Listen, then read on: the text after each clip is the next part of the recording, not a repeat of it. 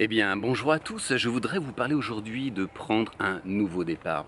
Dieu a donné à chaque individu la capacité de réaliser de grandes choses et de réussir sa vie. Seulement à cause des échecs, nous pouvons être tentés de sombrer dans l'immobilisme et de cesser d'embrasser notre vie avec passion. Ces échecs peuvent concerner le domaine sentimental, nos études, notre ministère.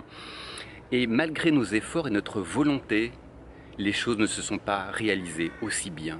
Ces échecs peuvent aussi concerner une personne malveillante qui vous a amené à prendre un mauvais détour dans votre vie. Il est alors facile de sombrer dans le fatalisme, de dire « c'est ainsi, les choses sont bloquées, j'ai atteint mon plein potentiel, plus jamais les choses s'amélioreront pour moi » ou de vivre dans le regret « si je m'y étais mieux pris ». Quoi qu'il en soit, vous pouvez prendre un nouveau départ. Dieu n'a jamais dit que nous n'aurions pas d'épreuves, mais que si nous adoptons la bonne attitude, il nous restituera tout ce que l'ennemi nous a volé. Dieu est un Dieu de restauration et de restitution. Vous pouvez prendre un nouveau départ, prendre une semence et la planter en terre. Vous pouvez recevoir la grâce de Dieu malgré tout ce que l'ennemi vous a volé ou vous lui avez permis de vous voler. Ainsi, mon frère, ma sœur, tu peux prendre un nouveau départ, quels que soient tes échecs du passé. Il n'est jamais trop tard, Dieu n'en a pas fini avec toi. Et nous trouvons tout au long de la Bible, de l'Ancien Testament, des gens qui ont pris un mauvais détour momentanément, mais qui ont su recevoir la grâce de Dieu dans leur vie. Je pense à Abraham, le père de la foi. Dieu lui avait dit qu'il en ferait le père d'une grande nation, qu'il lui donnerait un fils, bien que son épouse Sarah était âgée et ne pouvait pas avoir d'enfant. Et seulement cette prophétie semblait prendre un peu de temps, semblait tarder à s'accomplir. Alors Abraham a en quelque sorte essayé de forcer la main de Dieu, de l'aider à accomplir ce qu'il s'était engagé de faire. Finalement, il a couché avec la servante de Sarah et il a eu un fils avec elle. Seulement, ce fils n'était pas dans la volonté parfaite de Dieu et Dieu ne bénit pas ce qu'il n'a pas suscité. Abraham était attristé par cet échec. Somme toute, il a su recevoir la grâce de Dieu pour prendre un nouveau départ. La volonté de Dieu, la volonté initiale de Dieu était toujours là. Et l'apôtre Paul nous dit notamment que l'appel et les dons de Dieu sont irrévocables. Le Seigneur n'en a pas fini avec vous, quels que soient vos échecs passés, les mauvais détours de votre vie. Et je pense aussi à Jonas. Dieu lui avait dit d'aller prêcher la repentance aux Ninivites, seulement Jonas a désobéi. Et au bout d'un certain temps, donc, il a fini par être avalé par le poisson géant qui représente la prison spirituelle dans laquelle nous pouvons nous trouver parfois en raison de notre désobéissance. Mais il s'est repenti. Et voilà ce que Dieu lui a dit. La parole de l'Éternel fut adressée à Jonas une seconde fois. La volonté initiale de Dieu était toujours là. Et Dieu lui a donné une nouvelle chance. Je pense aussi à Samson. Dieu avait dit à Samson de délivrer les Hébreux des Philistins. Mais finalement, plutôt que de délivrer les Hébreux, il fut vaincu par les Philistins. Plutôt que d'avoir de l'ascendant sur eux, c'est eux qui ont eu de l'ascendant sur lui. Et la puissance de Dieu l'a accompli parce que Samson était esclave de sa nature sensuelle. Mais finalement, vers la fin de sa vie, Samson s'est repenti. Et la parole nous dit « Ceux qu'il fit périr à sa mort furent plus nombreux que ceux qu'il avait tués dans toute sa vie. » Et j'ai aussi l'assentiment des grenouilles. Je crois que vous aviez, peut-être les avez-vous entendus dans une précédente vidéo, ce sont les mêmes, je crois que j'ai touché les grenouilles. Bref, quels que soient les mauvais choix que vous avez pris, ou ceux que les autres vous ont amené à prendre, Dieu n'en a pas fini avec vous. Il a pour vous un nouveau départ, avec de nouveaux rêves, de nouveaux projets. Et Ève eut deux fils, Caïn et Abel. Et Caïn a tué Abel. Et Ève était très attristée. Et elle a eu un nouveau fils à qui elle a donné le nom de Seth. Et le mot Seth signifie remplacer. Cela signifie aussi mis à la place. Et vous voyez ce que la parole de Dieu dit? Adam connut encore sa femme, elle enfanta un fils et lui donna le nom de Seth, car dit-elle, Dieu m'a donné un autre fils à la place d'Abel que Caïn a tué. Dieu a donné à Ève une nouvelle semence. Et cette semence, c'est tout du moins, Dieu a béni une nouvelle semence. Et quel que soit ce qui est mort dans votre vie, vous pouvez prendre cette semence et aller la planter dans la terre de votre vie. Et le Seigneur se chargera de la faire croître, de la bénir. Et Dieu ne permet pas à certains de nos projets de réussir. Donc ne pleurez pas non plus au sujet de ce qui n'a pas réussi, de ce qui n'a pas abouti, car sachez que si certains projets n'ont pas réussi, c'est que tout simplement Dieu n'a pas permis qu'ils réussissent. Je dis dans certaines situations, dans certains cas, pas dans tous les cas, mais parfois Dieu a fait en sorte que certains de vos projets n'aboutissent pas. Pourquoi? Parce qu'il en avait de mieux pour vous. Il a vu en vous un potentiel. Le Seigneur voit parfois plus grand à notre propre sujet que nous-mêmes. Il sait l'être qui sommeille en vous et il va vous ôter de la présence du bien pour vous donner le meilleur. Il va ôter certaines personnes de votre entourage, il va peut-être vous sortir de certains lieux afin de libérer en vous cet être qu'il a créé. Il sait de quoi vous êtes capable et parfois nous nous attachons à certaines personnes qui sont en quelque sorte comme des béquilles. Mais Dieu ne veut pas que vous viviez par procuration ou avec des béquilles, mais que vous deveniez vous-même une source d'inspiration, un leader, une personne d'influence. Je pense par exemple au prophète Élie et le prophète en formation Élisée. Élie aurait très bien pu continuer, Dieu aurait très bien pu continuer, à utiliser à Élie pour faire de toutes sortes de miracles. Et le Seigneur a ôté Élie. Et en quelque sorte, Élisée, c'est ce qui a permis à Élisée de recevoir plus d'onction et d'accomplir 2 fois plus de miracles. Et regardez ce passage des Écritures. Élie dit à Élisée, « Demande-moi ce que tu désires que je fasse pour toi, avant que le Seigneur m'enlève d'auprès de toi. » Élisée répondit, « J'aimerais recevoir en héritage une double part de ton esprit prophétique. » Il y a un Élysée qui sommeille en vous, et Dieu veut libérer le Élysée qui sommeille en vous. Et vous êtes capable dans la vie de bien plus que vous ne le pensez.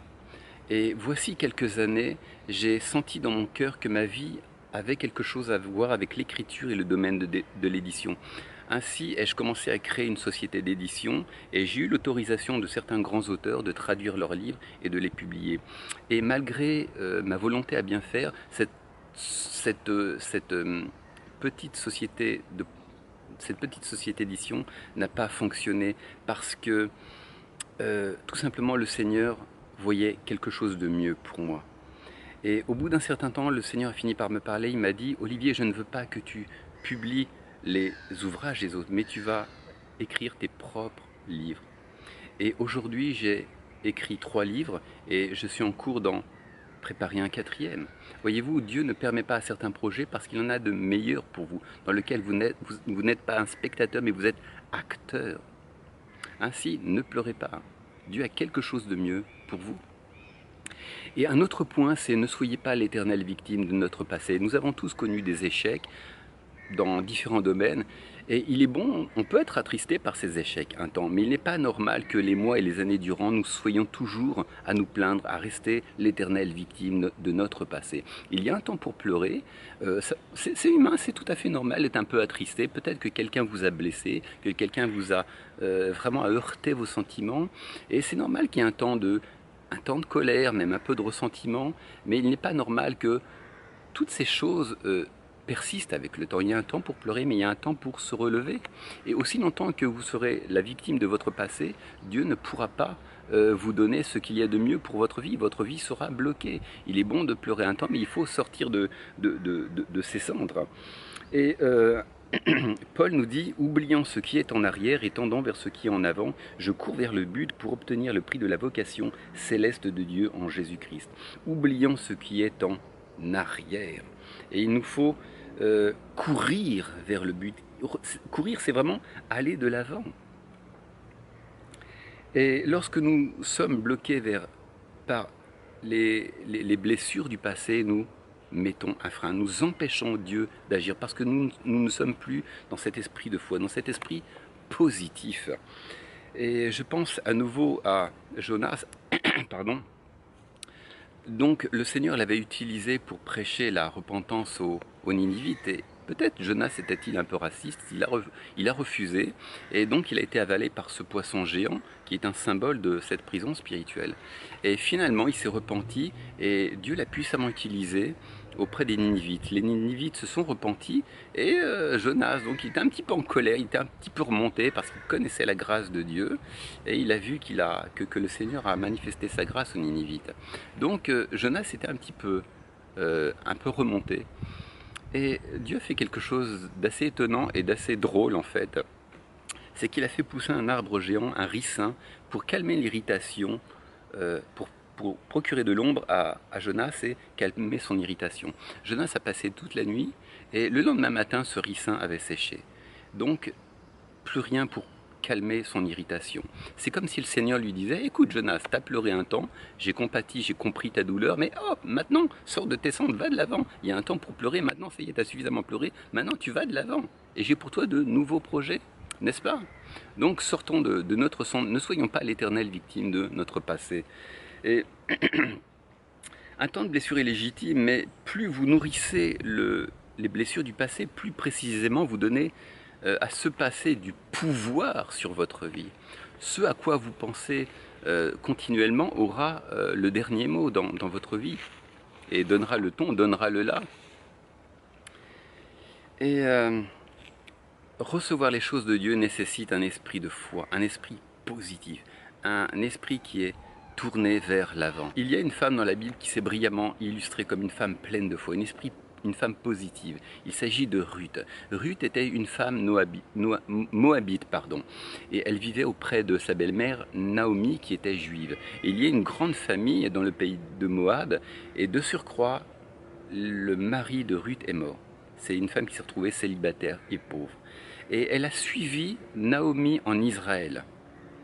Et à ce moment-là, elle a confessé la seigneurie de Dieu dans sa vie. Elle a dit: ton Dieu sera mon Dieu. Et déjà, pour point de départ, pour comprendre déjà, c'est que cette femme a reçu Dieu dans sa vie. Et ensuite, cette femme s'est beaucoup battue pour assurer sa subsistance et assurer la subsistance de sa belle-mère Naomi. Ruth était une femme courageuse, c'était une femme qui avait bon cœur. Et Boaz, un riche propriétaire, a été touché par son courage et la bonté de son cœur.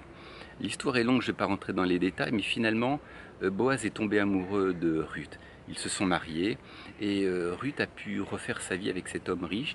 Et ils ont eu un enfant qui deviendra d'ailleurs le grand-père de David.